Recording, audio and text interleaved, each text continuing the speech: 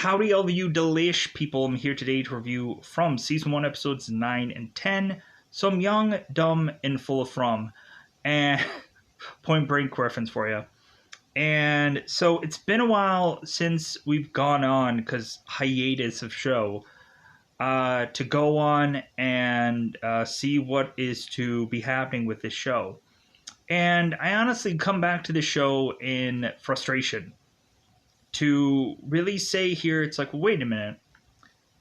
They spend so much time building to this, and they spend so much time building to that.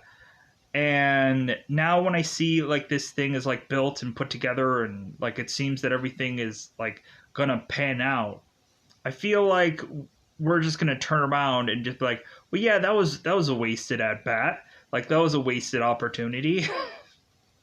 And I was like, man, we spent a whole slug of things. We spent like 2 episodes, like trying to like figure out how to build like a tower and how to go on and have Boyd with Sarah go off into this forest. And I can't in my brain like have these people like who were to think that they were stuck here now all of a sudden are thinking like, oh man, like a exit door is gonna just open up tomorrow and I'm gonna leave this place. Isn't that grand? I don't get these people. I don't really understand these people, because in my brain I would be thinking like, I'm going to die tomorrow, and so I might as well just be planning for the next hour, the next day, instead of thinking about like how something is just going to magically happen, and like I'm going to plan for something that maybe never may see the light of day. Because we have Kenny and Chrissy here, and the dialogue between these two kind of really sums up my thought process here. So we have Kenny that has this globe that has like all of this, like all of these places that he wants to travel to after he gets out of here. And Kenny's just like, well, hey, Chrissy, like, I know that we spent a bajillion amounts of time here together, and, like, it seems like we're lovers. It seems, because who knows, maybe they're actually, like, I don't know, like, they've never really, like, it doesn't really, like, cement that they're lovers, like, compared to possibly a Fatima and Ellis. Like, it doesn't feel like there's really love there. It just feels like they're both just kind of like, hey, like we can go on and talk about things, like, hey, whenever you need me, I'm there, but like it doesn't feel like they're actually lovers. So because I think there's a whole reasoning for that. I think really Chrissy in her mind is like, well, but I have outside this world loving, and I'm going to get back to that outside this world loving. And so Kenny, like, it's great to have you here, buddy, but like really, like, once I get out of here, like, you're a ghost to me. Like, you were just like here for happenstance, and like immediately when I get out of this place, I'm going to go back to my engagement. And I'm like, an engagement that how long have you probably been here, Chrissy? How long have you been in this world? If you would probably say a number of years, your engagement probably is not going to pan out. A woman is to be pining away for you after you, like, say for example, Castaway. Tom Hanks was gone on that island for 4 years. Do you really think that girl is still going to be, like, there? Like, things have happened, especially if you immediately know, like, yeah, this girl is never going to find another lover. And so, like, I immediately know that I'm going to go on and just and go right back to this girl, and she'll take me back, and everything will be, like, fine and dandy. But again, what if you go back to this world and you find out the girl that you were engaged with was hit by a bus and dead? then you're still back right where you were.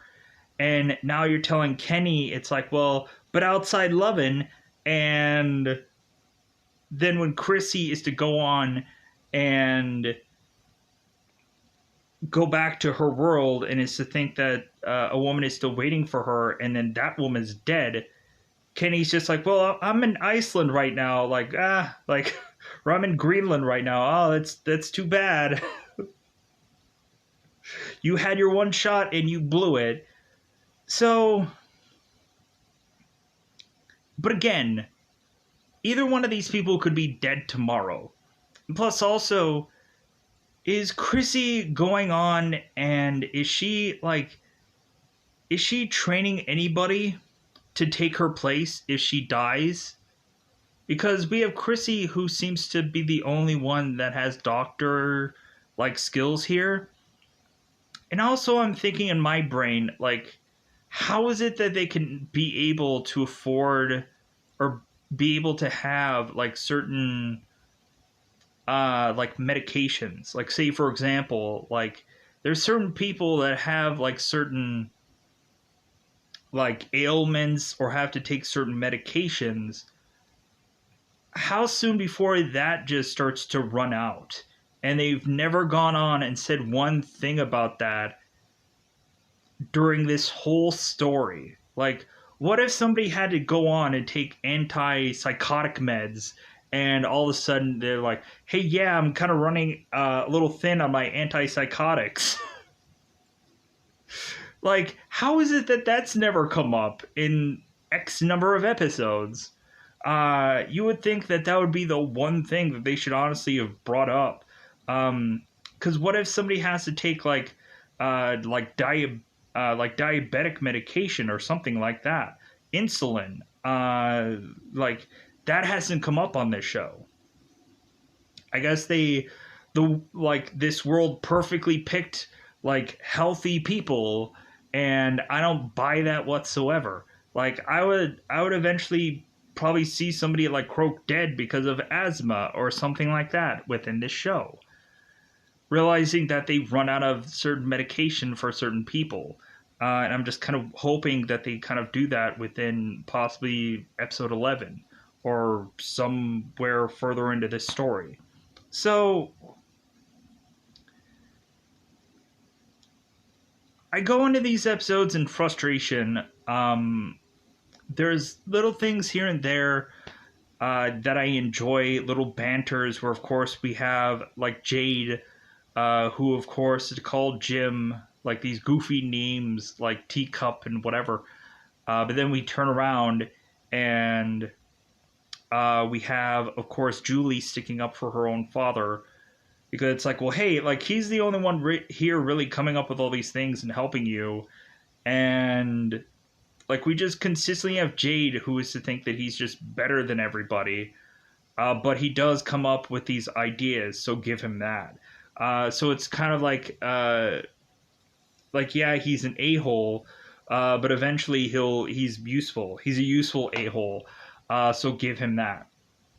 So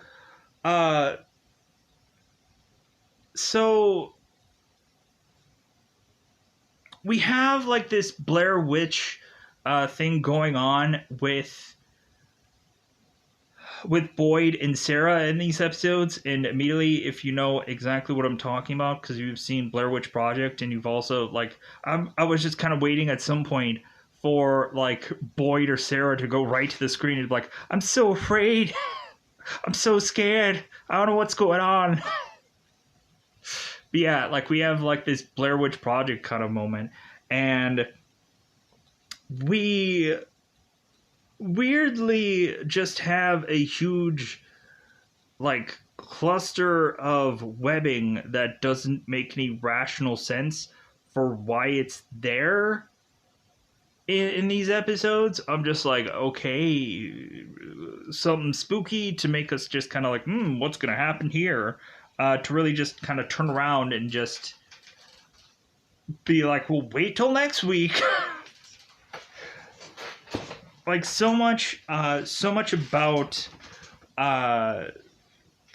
about this show is to just kind of be like, well, wait for it. Like, something may come out of this.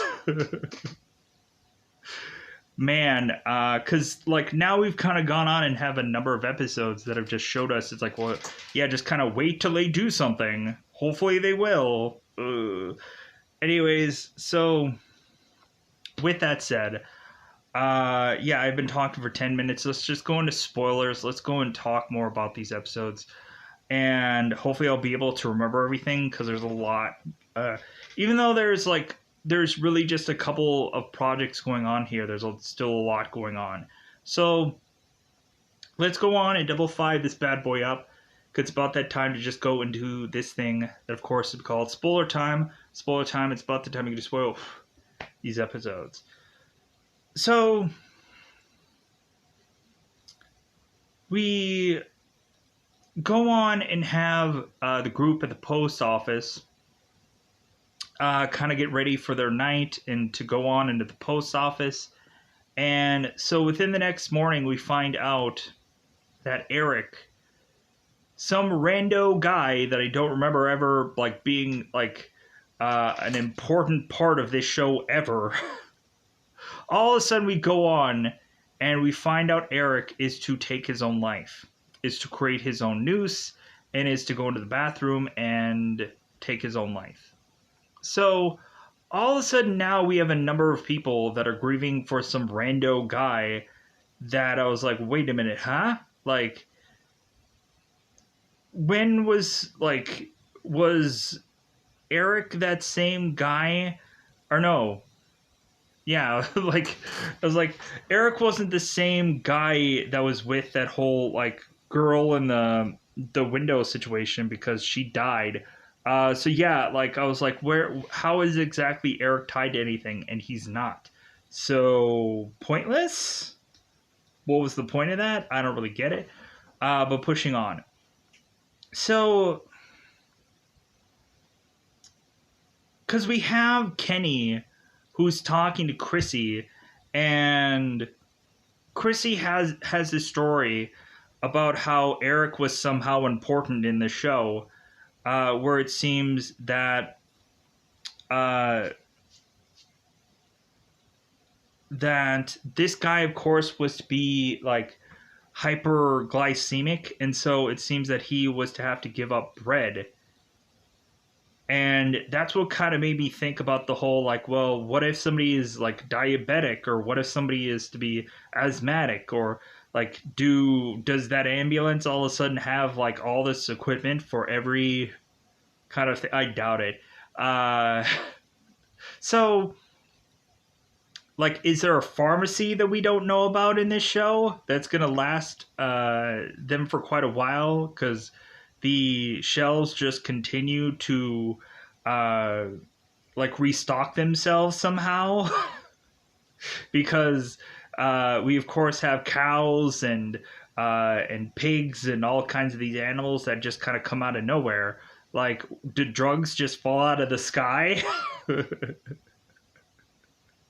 Like, is it just gonna be like Jay and Silent Bob, where it's like, hey, like naked men just don't fall out of the sky, you know? And then Chris Rock falls out of the sky, and then like Jay is like, well, beautiful naked women don't fall out of the sky, you know? And then no woman falls out of the sky. So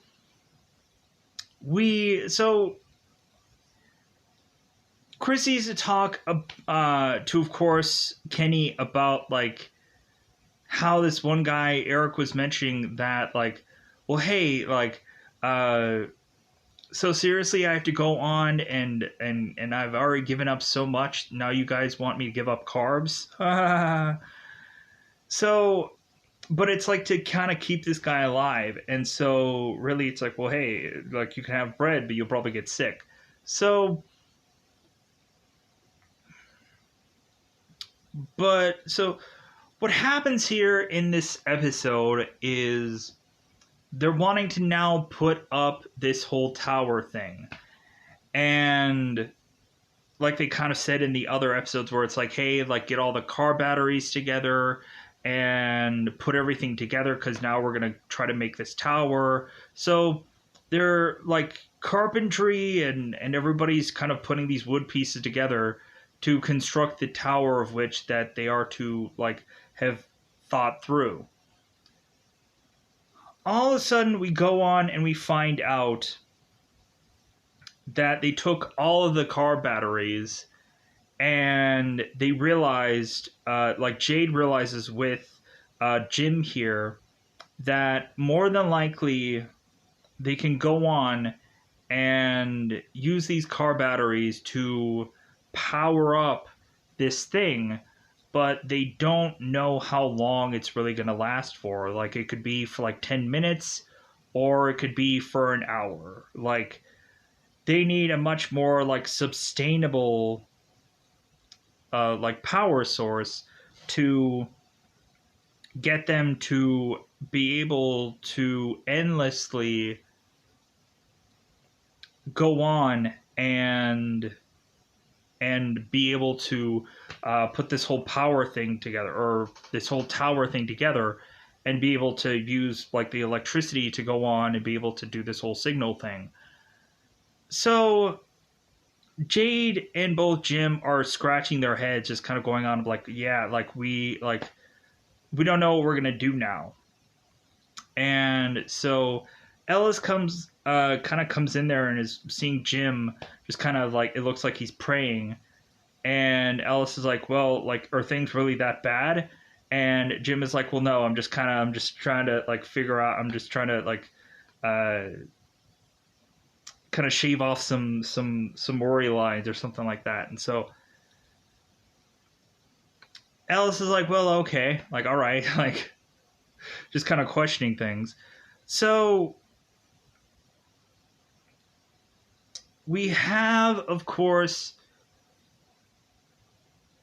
Boyd and we have Sarah, who are out in the forest, and like they're gearing up to go camping, and or go like really going camping, and also just kind of like hoping that they're gonna like get somewhere within this forest. So Boyd and Sarah, because it seems that they consistently waste time that they don't have, because they're just gonna go through more and more forest. So Boyd and Sarah, like, Boyd makes the plan to go on and have them hide within this like cave that is to already be set up and has all this like these talismans around it that of course Boyd was to find before. And Sarah's like, well, why don't we just keep going? And Boyd is like, well, like, I had found this place before and I thought like this could be a good rest stop because we only have like 2 hours before nightfall. And so like we better go on and go inside here, and then we'll just kind of keep going on into the forest. So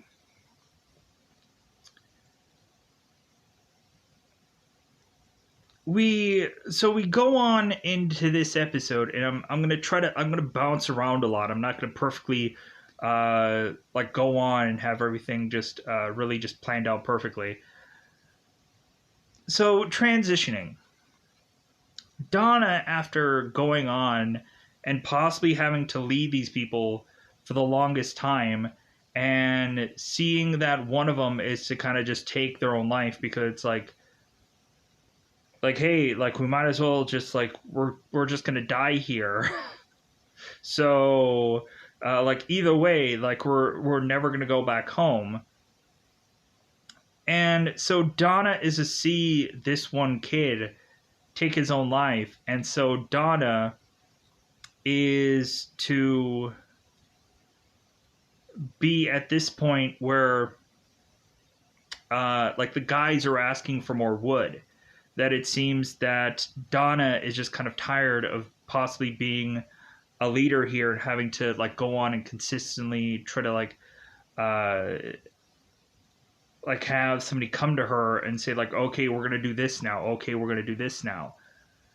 Because Donna is really just thinking, it's like, well, like, you guys are just running around doing all of this stuff. What is it really gonna, like, what is it gonna produce? Like, is there gonna be a way out by the end of this after you do all these running around projects and whatever? Because Kenny is to come to Donna and tell Donna, it's like, well, hey, like, we need more wood for this project. And so Donna just goes and takes this axe, and she is to go into this kitchen, and she just starts axing up this floor. And Donna's like, yeah, you might as well just take the wood from off of this floor instead of going on and finding some like rotted wood from somewhere. So you can go on and just, because like we have it to where the colony house is basically like wasted now, considering like they're just going on and building this tower, and that's all that they're focused upon, is to like they're building this tower, and like no one's really going to sleep here again. And we had it to where Donna is to mention that like the colony house wasn't just about like people sleeping together, or like, and I mean like sexing together, and just kind of like living and whatever that.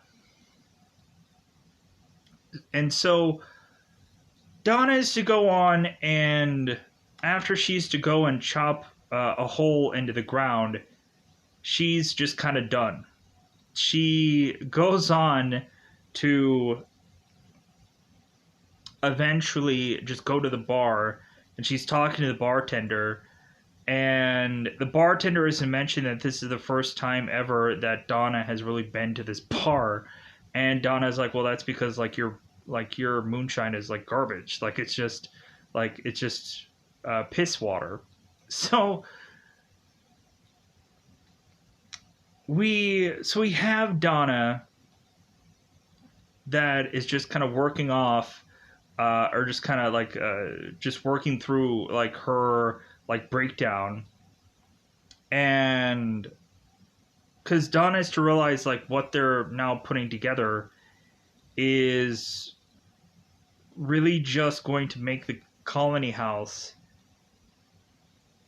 like this thing that is just going to be a beacon for this tower thing, and that's all it's going to be.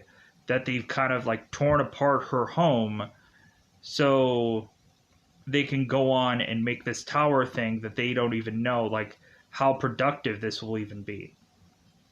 So because Kenny is going with Donna to this bar, and when Kenny shows up, like the bartender's like, oh my god, like it feels like I'm having a town meeting, like all right. The more the merrier. So Kenny and Donna are talking, and so the real thing out of this conversation that they have together, both Donna and Kenny, is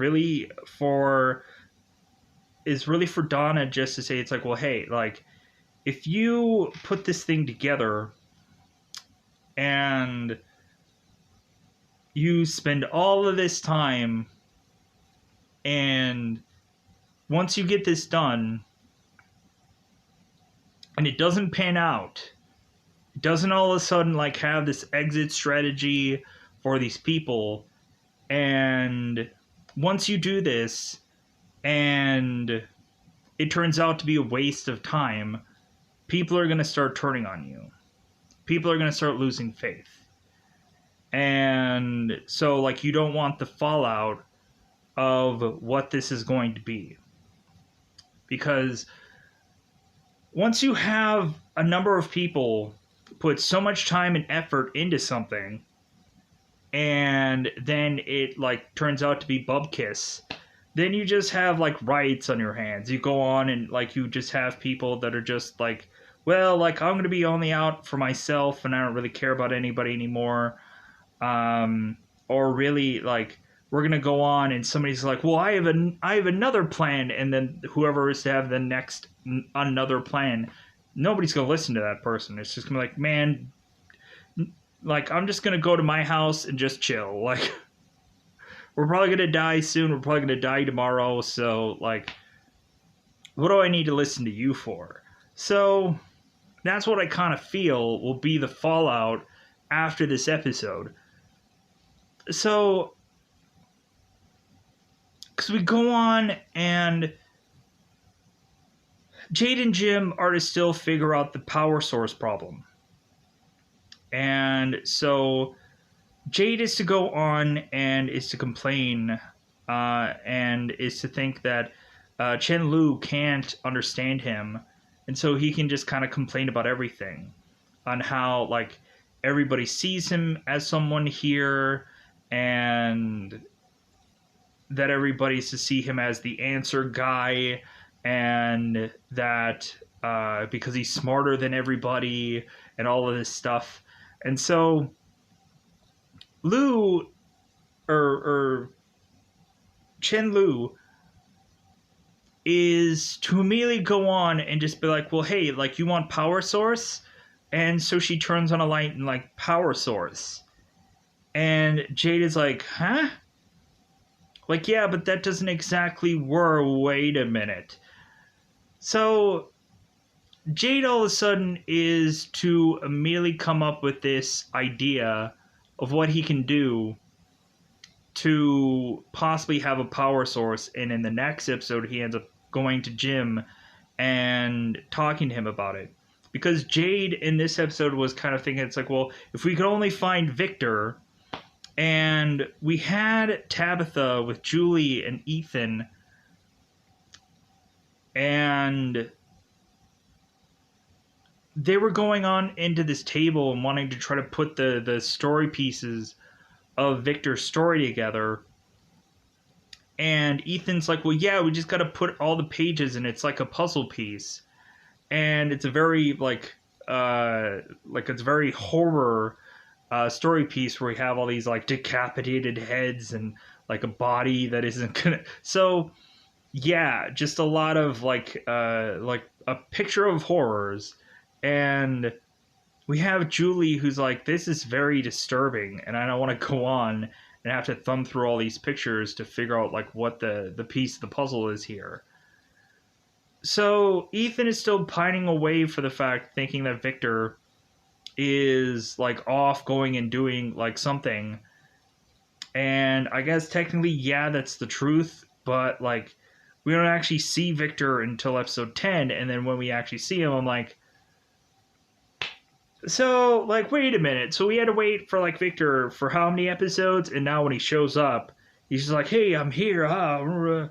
So because in this episode also we have Tabitha that is to continue to dig, to continue to dig in her basement to want to figure out where this hole leads. And so Tabitha goes on and is continuing to dig this hole. And so when she tries to get up these stairs to go back to all the family, all of a sudden Tabitha is having like a Jade moment, where all of a sudden Tabitha is going up these stairs, and all of a sudden these stairs are kind of now winding stairs as if she's in some weird castle somewhere. And all of a sudden, when she is to be going further and further up these stairs, she's seeing all of these Ethan toys. And Tabitha is telling Ethan, it's like, well, hey, I told you to put all these toys away. And Ethan's not really there, so like Tabitha is like saying this to no one.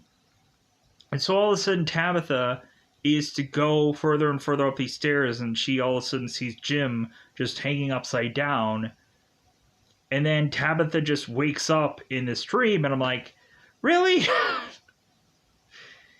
You guys just have to just now go on and just give us like these weird goofy dream sequences just to like, really? Like, man, just if you want to just be a show that just goes nowhere, that's fine. But also, like, I would love to have something be productive also within these episodes. But anyways, it's what it is. What it is. So within episode 9, I'm trying to think of all the stuff that happens within episode 9. So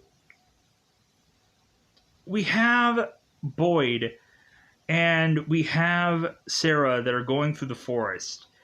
And so Boyd and Sarah go through, and Boyd is consistently carving these arrows so that way they know exactly where they're going to go if they need to kind of track their way back. Or maybe if someone is to figure out that like Boyd is to now be gone, they can go on and follow these arrows to just be like, okay, this is exactly where he headed to. So Boyd is with Sarah, and so they continue to track through. Excuse me. They continue to track through the forest, and what ends up happening here is Boyd is to see all of these bottles up in this tree somewhere. A lot of bottles. I don't know why. And so Boyd is thinking like, hey, we need to go on and get one of these bottles down. And I'm like, why? What does it matter? Like, is it going to go on and give you some riddle that you have to solve? Probably not. So, like, as if probably people have maybe been in this town for years, and they've just kind of been chucking up these bottles in this tree for I don't know how long.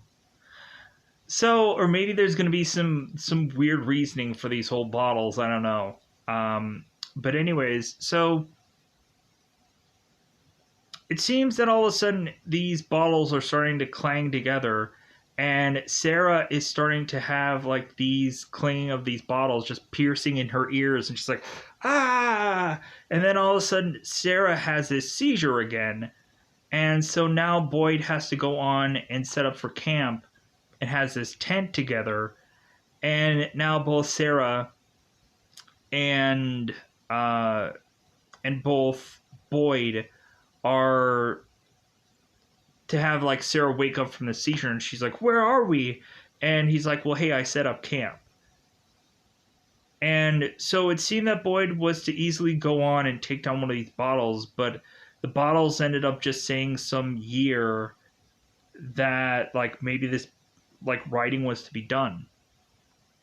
And so I'm assuming there might be some reasoning for this, but we'll figure that out somewhere down the road, because I'm sure there might be a flashback or something like that that may like be a justifying thing. Plus, it also seems that in one of these episodes we have like these cave drawings where I'm like, so like, have people been here since like the beginning of time kind of thing, since like caveman era, and we just never knew about it until now? Because these seem to be kind of like these interesting drawings, but I'll explain that also. So Boyd and Sarah are now in this tent late at night. And so it seems that Sarah is to know that there's possibly something way beyond just the normal common like monster characters that they've already seen. There's going to be something more in this town. I'm like, well, thank goodness, because there needs to be something going on that kind of escalates now, and maybe Boyd poking around is going to unleash that, and that would be cool, to really still have these people having to fend for their lives, and like really having to be like, oh, well, now you can't just have this talisman and everything's going to be fine. No, like, you're going to have to go on and still have some problems, but like, you're going to just have to kind of figure something out. Because it feels like these people, it feels like they've kind of gone on and everything's just easygoing, and they know how to like defeat everything now. Now there needs to be kind of like that moment where it's like, well, like, there has to be like a boss level, or there has to be like an upgrade to the game to make things more now difficult. And so I'm hoping that that's going to be whatever this thing is that Sarah's talking about here. So all of a sudden we have Boyd and we have Sarah who are in this tent. It's late at night. So all of a sudden we go on and we have this tent that is ruckusing back and forth. And they're rolling around and they're flipping around, and they're like, oh my god, we're all in this tent. It's going crazy, wild, woo! So all of a sudden, like, we have like Boyd scrambling for the talisman to put the talisman back. And they're like, what was that? So here's the thing that honestly doesn't exactly make sense. So in the next episode, we go on and the tent seemed to be fine enough to have both Boyd and to have both like Sam kind of rolling around in this tent. But all of a sudden in the next episode, we all of a sudden see that this tent has a number of holes in it, which I'm like, wait a minute, like that doesn't really add up to the last episode. Huh? I don't know. Continuity, but it is what it is. So, because I think I've kind of mentioned most of the stuff that technically happens in episode 9, but let me go on and let me talk about. So yeah, I think most of the stuff covered. Yeah, I think most things. So let's roll on. Let's move on to that beautiful bean footage. Like, I think we also had one point where, like, Dale was, like, complaining to Donna, like, especially after the one guy was to have killed himself. Like, I think Dale had some issues, or was complaining about certain things. But anyways, let's just move on, because I think most of this stuff was covered. So now Jade is to make his way to talk to Jim, because Jade had figured this out, that Jade was to go on, and I know I'm like jostling around a lot. Jade was to go on and figure out that he could take a lamp that is already plugged in, and Jade could add a hairdryer to this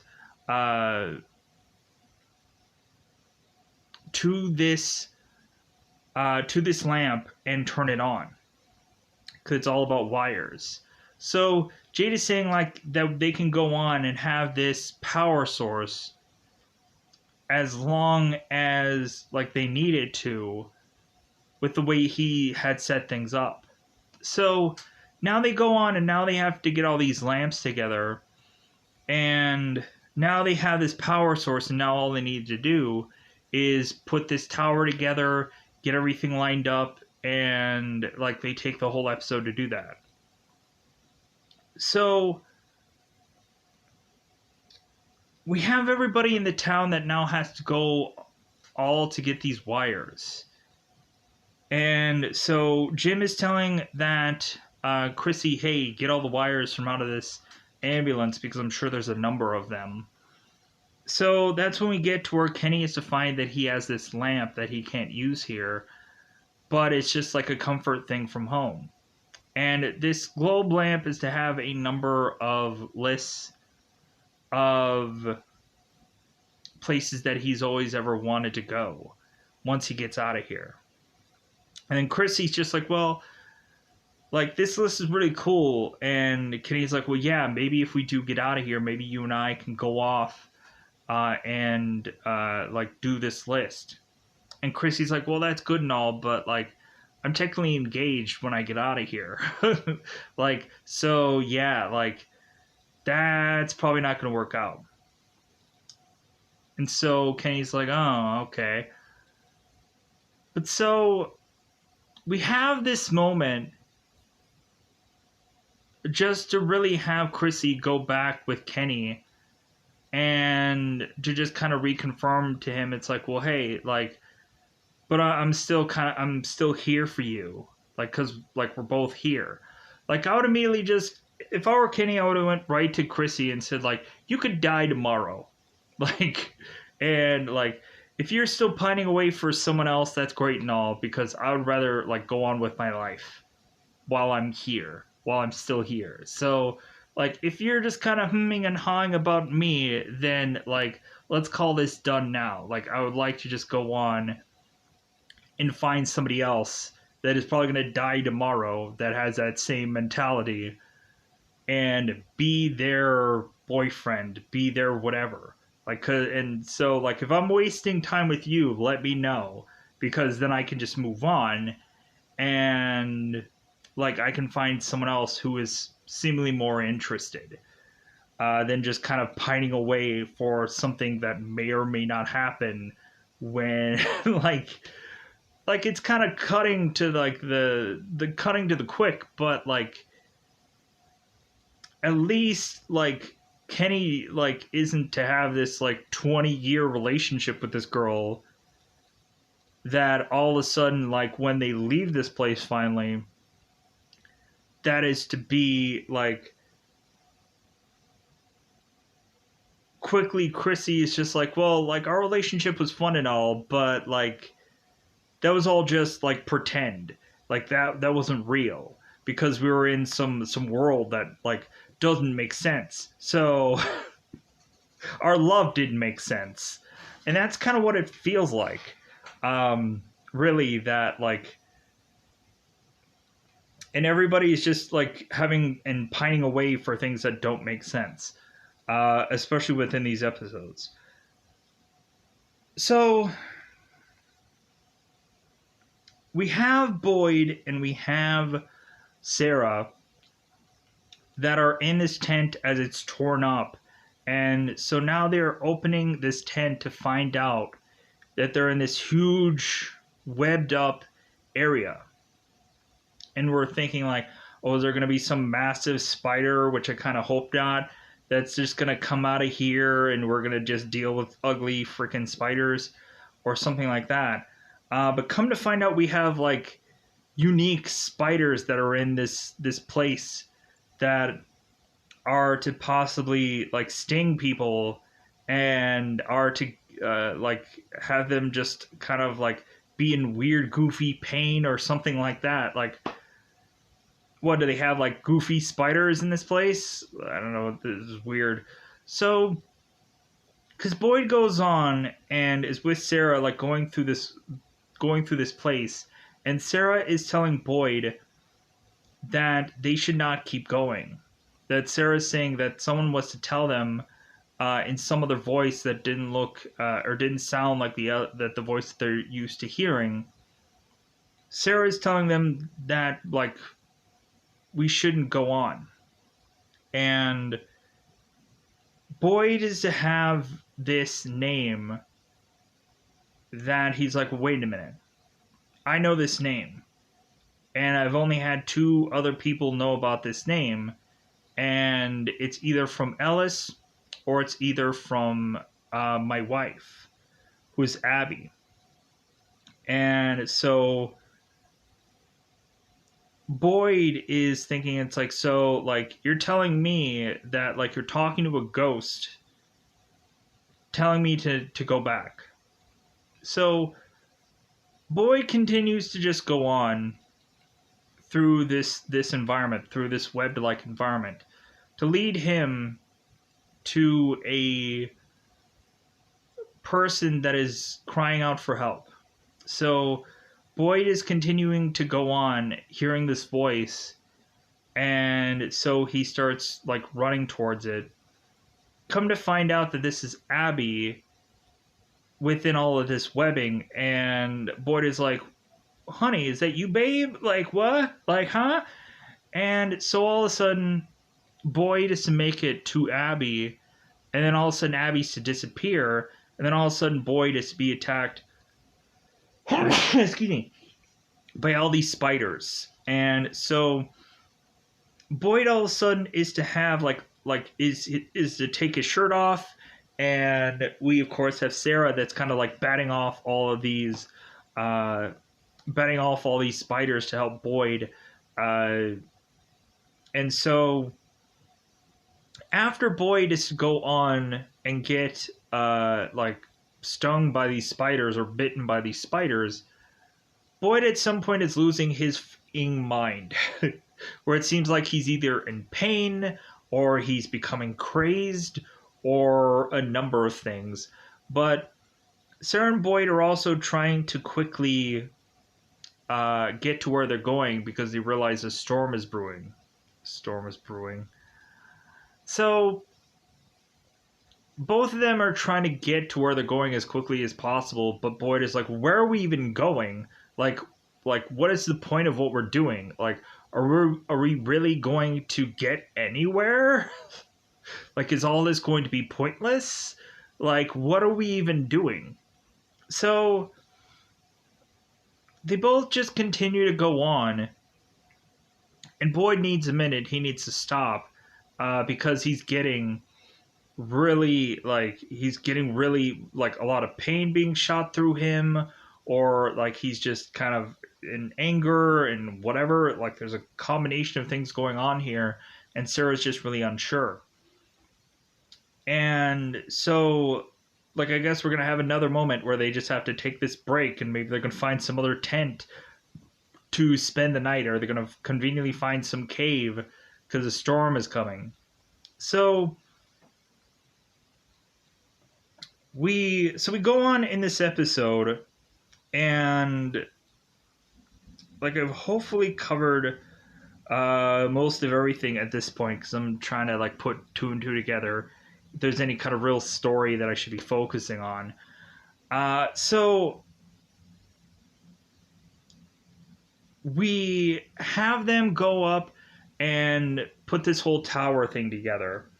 And so before this storm comes more and more further on, we have Ellis, who is to talk with Fatima, and is to mention the first time that he ever saw her, and that she was kind of just parking in circles, round and round she went, and Fatima was to go on and ask somebody for directions, and she was to kind of get Bug Kiss Nowhere with them.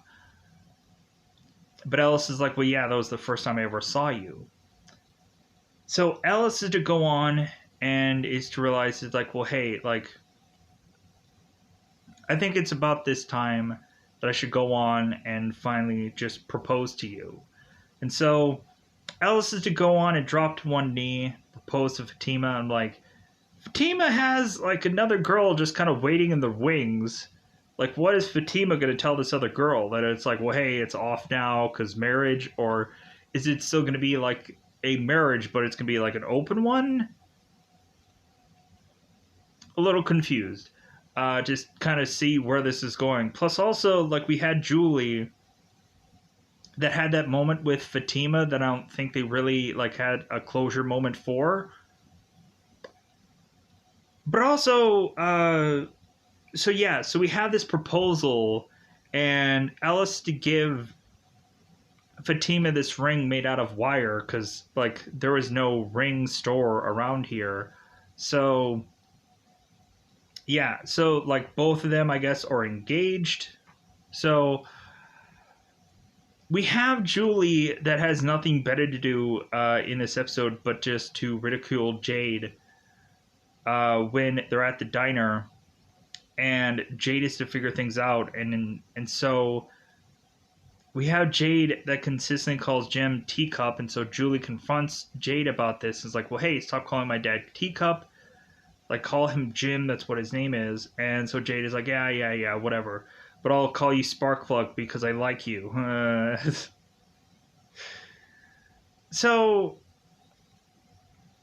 because Jade at one point is to run off as soon as they get, like, everything assembled. Because Jade is to go on and have a moment with of course, Chin Lu, because Jade is to go on and is to have this woman like consistently still grieving for her husband, and so Jade is to go on and mention that he had a story about a aunt of his that he was to live with in France, and all of a sudden that aunt had died, and once that aunt had died, Jade was to have to give up living at France to go on and live back with his dad. And so Jade didn't want to leave France because he didn't want to leave his aunt behind, to have buried her there and then had to leave. So Jade was crying from like having to leave his aunt and having to leave France, and then having to go back and live with his father. So there was like a cluster of emotions there. And so as Jade was kind of leaving this place, he ended up talking with some woman. And so it seemed that he realized that his aunt will never like leave Jade because Jade realized that that this person will always be with him in his heart or in his head or something like that, and like you can always take that person with you that way. So we have Jade who's talking to this girl, like telling her to no longer mourn because like you always have that person with you. And I'm like, okay, I don't know like how exactly, like I guess we just have to have this nice moment between Lou and Jade because we had that awkward moment before where just like the two of them were just like, man, you complain too much, you whiny little bit. We also had Jade with like this whole shirt with like cats all over it, and that was kind of funny. So while Jade is to go on and then finally make his way back here, so we now go on and we have them like putting together this whole tower thing, and it seems like a storm is coming. And I'm just like, well, what happens when there's a storm? Like, does that mean there's gonna all of a sudden be like the monsters like are gonna come during this storm? And wouldn't it be cool if like the storm was just this consistent thing and the monsters would consistently come all the time now? And there would never be one brink of sunlight, and so all the time we would just have monsters all the time, to where people are just kind of like, oh my god, like I didn't realize that I'd have to go on and just be like, that would kind of up the story if now all of a sudden we find out that all these characters are just kind of stuck in this place and they're like, well, hey, like we're running out of food, we're running out of resources because we didn't expect this storm to last this long and that these monsters are still out there. That would be a cool thing for this story. So they set up this whole tower thing, and they hoist up this antenna. So Jim goes on and is the first one to kind of like breaker, breaker, mayday, mayday, all this and that. And so come to find out, Jim is to talk with somebody, but that somebody is to say this person by name. They're like, oh, hey, yeah, Jim Matthews, right? And Jim is like, well, who is this? And so they're like, yeah, like, your wife should not be digging that hole. And it's like, what? Like, your wife should not be digging that hole. So all of a sudden, Jim goes on.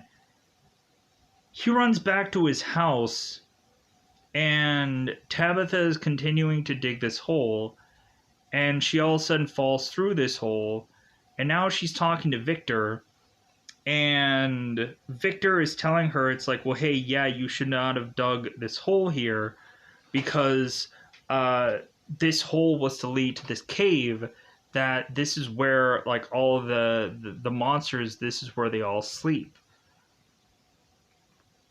And also it seems like these monsters are to go on and do all these drawings. And so all of a sudden when Tabitha is to dig this hole, all of a sudden her house now has holes all in it. And when Jim is to come back to the house, he's to realize this big massive hole is there, and he's like, oh my god. So it seems like we have also this moment where it seems like our characters realize that they do a lot of things different here than they did before. Like Ethan is to mention that they never used to play games and stuff before, that it seemed like somehow this family was to have been brought more together than it was before. That all of a sudden we have characters that are like we have Jim and Tabitha at really good footing. So maybe them being here was the way to, instead of separate them, it was to bring them closer together. To where it seems that this might have been brought up by the perfect time to keep Jim and Tabitha together instead of divorcing them and splitting them up. So, and Ethan is to start to realize that, then like were never as close as they were and stuff like that. And we even had at one point where Ethan is to go on and create these stories with his little like figure things, his figure puppets.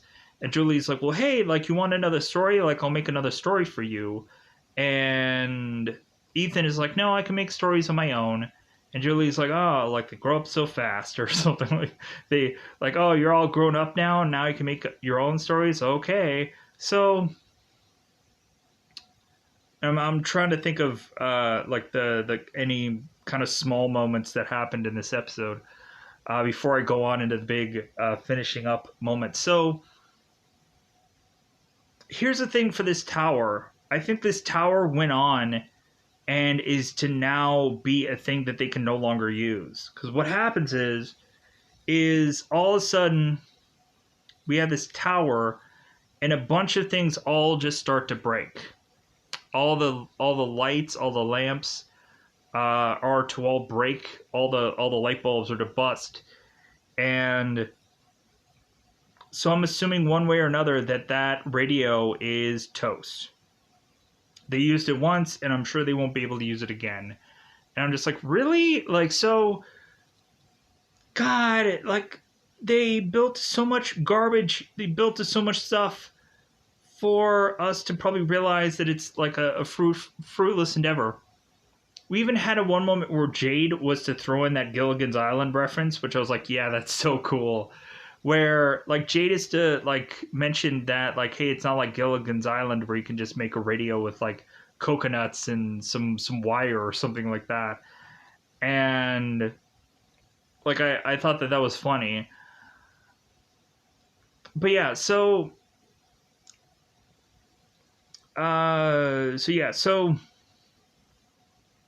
Boyd and Sarah are now running through the forest, and we have it where all of a sudden the boy in white is telling Sarah where to go. I believe it. No, wait.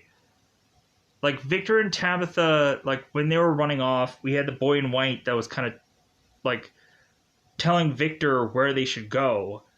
And I think we had the boy in white show up for Sarah and tell her like what part of this forest like they should be heading to, because boy in white is telling Sarah like, hey, go through this tree and you'll be safe, you'll be fine. So Boyd all of a sudden is to go into this tree first, and now it seems like he's stuck in some weird chimney of sorts that he can't get out of. And so he's like banging up against this like stone, and he's like, I'm stuck here, like, and he has this light and he can't see, and he's like as if he's like Ryan Reynolds and he's buried in his coffin. So that's what kind of finishes up for like both Boyd and Sarah here, that all of a sudden, like, we don't know what happened to Sarah, but like for Boyd, he's just kind of stuck in this place that I'm sure he's just gonna have to like figure out a way to just climb out of. So I'm like, okay, great, fantastic. So now it seems the only thing really left that I have to go on and talk about is the expansion pack that we're going to be getting by the end of episode 10, because we have this bus with all these people just now show up. And I'm like, great. Like, I would be happy if we had these like food trucks that just appeared out of nowhere, but like I can deal with a bus full of people. Because a bus full of people can go on and like be like, we've kind of randomly added in just a bunch of people that just show up and then just die off throughout this show. Now we just have a load of people that are all showing up. And I'm kind of wondering, like, food source wise, like, if these people are going to be like, dude, we're quickly running out of food because we didn't plan for X number of people. And now, like, we're running out of all these resources because there's too many people here now. Because, like, they had to kind of quickly come up with all these resources, and they can't come up with all this food all the time. It's just impossible. So I'm just kind of waiting for shortages to happen within the story, or just kind of seeing how like everybody has to deal with what's really going on.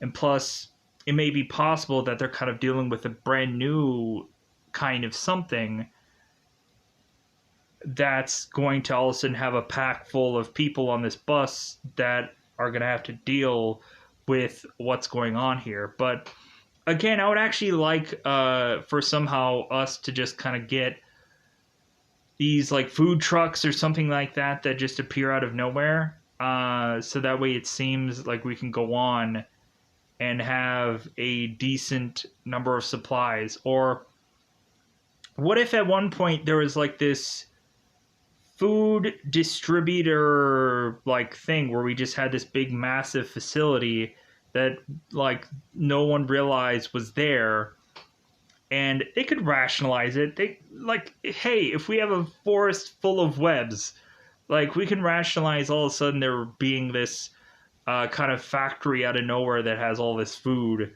or like we can just go on and just possibly have it where like they can justify like some kind of stuff going on here.